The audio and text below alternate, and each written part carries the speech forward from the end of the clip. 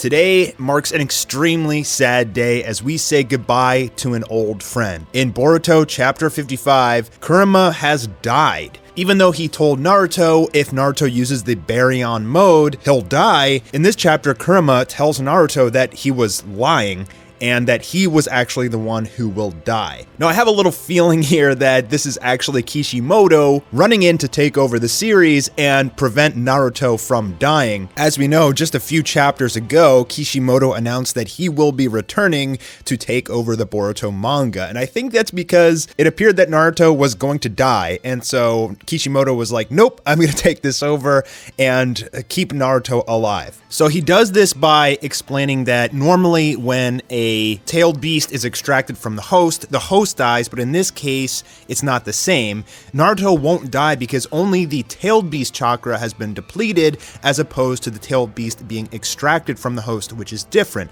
So the price of the Baryon mode is my life, not yours, Kurama says. I lied to you this one time. Kurama thinks that Naruto would not have agreed to the plan if he knew the truth. As Kurama departs, he warns Naruto to be careful because he does not have the powers of a Jinchuriki anymore. So I do agree with that probably if Kurama told Naruto, if you use this form, I'll die, Naruto may not have used it. Naruto more likely to sacrifice himself than the life of someone else, but if Naruto was gonna die, I mean, didn't he think that Kurama was gonna die anyway with him? So I kind of feel like this is some writing change from Kishimoto, trying to throw this in there. Oh, I lied to modify this story into his own image and keep Naruto alive. That's the vibe that I'm getting, but let me know what you guys think about that in the comments down below. So in this chapter, we see basically the conclusion of the Ishiki and Boroshiki fight. Now that battle is over. Sasuke and Naruto are alive. Sasuke is missing his Rinnegan now, and it doesn't appear that he's going to be getting that back, so he may just have an eye patch for the rest of the series or just have his eye closed entirely. And the only casualty of this fight is Kurama, who is now, it appears to be dead, like he fades away and dies. It's a tremendously tragic and emotional moment, seeing this picture of Naruto reaching his hand, trying to touch Kurama, who is fading away. It's really sad, and it really sucks. Also, you'll notice that Naruto no longer has his whiskers anymore on his face, so that's a change to his character and a change to Sasuke's character as well. Now, it's important to note, and we got to talk a lot about this here, what is the future of Naruto and Sasuke going to look like? They both just took tremendous nerfs to their character. Naruto can probably still use his Sage mode, any jutsus, Rasengan, but he's going to lose his overwhelming amount of chakra. He's going to lose his Kyuubi modes. Can he still use Sage of the Six Paths? I doubt it, but maybe it's possible. But overall, I mean, Naruto seems like he's going to be pretty weak now, you would think. And Sasuke doesn't have his Rinnegan anymore, so he still has his Sharingan, which is powerful enough, but he just lost, half his arsenal as well. So these two characters are completely nerfed now in this series, and so much so that if another Otsutsuki arrives, it doesn't appear that they'll be able to do much of anything at all, considering how much they have struggled against the Otsutsuki in the past, even with their full potential. So we also get introduced to basically who's going to be the next villain of this series, Kishimoto jumping right into it, and it is this character Code, who is a subordinate of Ishiki, and it appears that he has Ishiki's karma, although he was never meant to be a vessel. So he's going to have some sort of karma powers, he's going to have some sort of Otsutsuki powers, and Ishiki tells him as he fades away that he needs to create the divine tree using Kawaki as a sacrifice and eat the divine fruit in which he will become God. So look at this image of this god creature. I guess if you eat the divine fruit, like this is what you become. Pretty cool looking image there out of Kishimoto. And is that thing going to come out into reality? Like, is this going to happen a few chapters down the line? Will Code release the 10 tails and eat the divine fruit? I mean, I doubt it. We saw Kawaki from the beginning of the series, and he has karma and he's using it, so I doubt that plan will ever go through, but Kishimoto is teasing us with some potential threats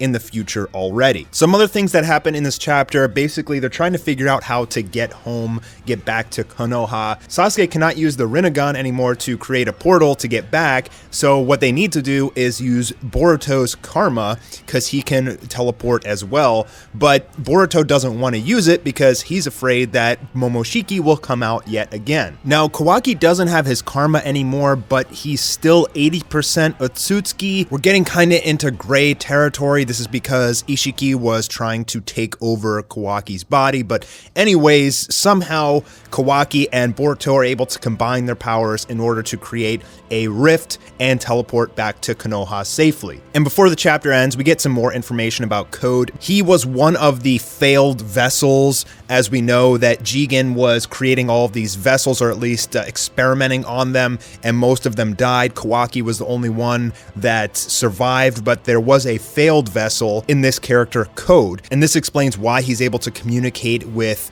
Ishiki here. He has like this white karma in him, so maybe they'll explain that a little bit more in the future, but basically Ishiki is telling him that you will inherit the powers of an Otsutsuki and carry out the will of Ishiki. You must feed Kawaki and Boruto to the Ten Tails and grow the God Tree in order to become the one and only God. You must eat the chakra fruit from the God Tree and become a new Otsutsuki. And Code, for whatever reason, even though he was experimented on and presumably tortured just like Kawaki was, he has an undying loyalty to Ishiki, and he vows that from the bottom of his heart, he will get rid of the people who robbed him of Ishiki. So he becomes like obsessed with taking on Kawaki, Boruto, Naruto, and Sasuke, and that's pretty much how the chapter ends. The disturbing eyes of Code, who is entrusted with the will of the Otsutsuki. So he's going to want his revenge. He is the next villain. Presumably in the next chapter or two, we'll see Code versus Kawaki and Boruto. I don't know if Sasuke and Naruto can continue to fight at this point. I'm sure they'll come in at some point, but it looks like Kishimoto's trying to transition this more into Boruto and Kawaki as a team. As Boruto says, as long as Kawaki's by his side, he feels like he can do anything. And we also saw in this chapter that they can basically like combine their Otsutsuki powers together to do things like create rifts to teleport around and such. Who knows what else that they can do. I think it's a pretty good setup for the next arc. Code obviously isn't nearly as strong as the Otsutsuki were, so it feels like the next battle is going to be on a weaker scale, I guess you could say, but eventually it will probably transition into another fight where lives are at stake. We still don't know what happens to Naruto and Sasuke, why they aren't in the beginning of the anime, where exactly they were sent. Do they die? Are they sealed somewhere? We still don't have any of that information, but Kishimoto did say that we're reaching the point of the beginning of the anime very soon. So there should be some time skip coming up, and maybe that's what happens. Maybe in the next chapter, there's like a time skip and we get to see Boruto and Kawaki kind of grown up a little bit. Maybe at that point, Code is much stronger and something crazy could happen. So we have to be getting to that point pretty soon. So we'll have to see what Kishimoto has in store for us. Let me know what you guys think in the comments down below, and I'll see you on the next video.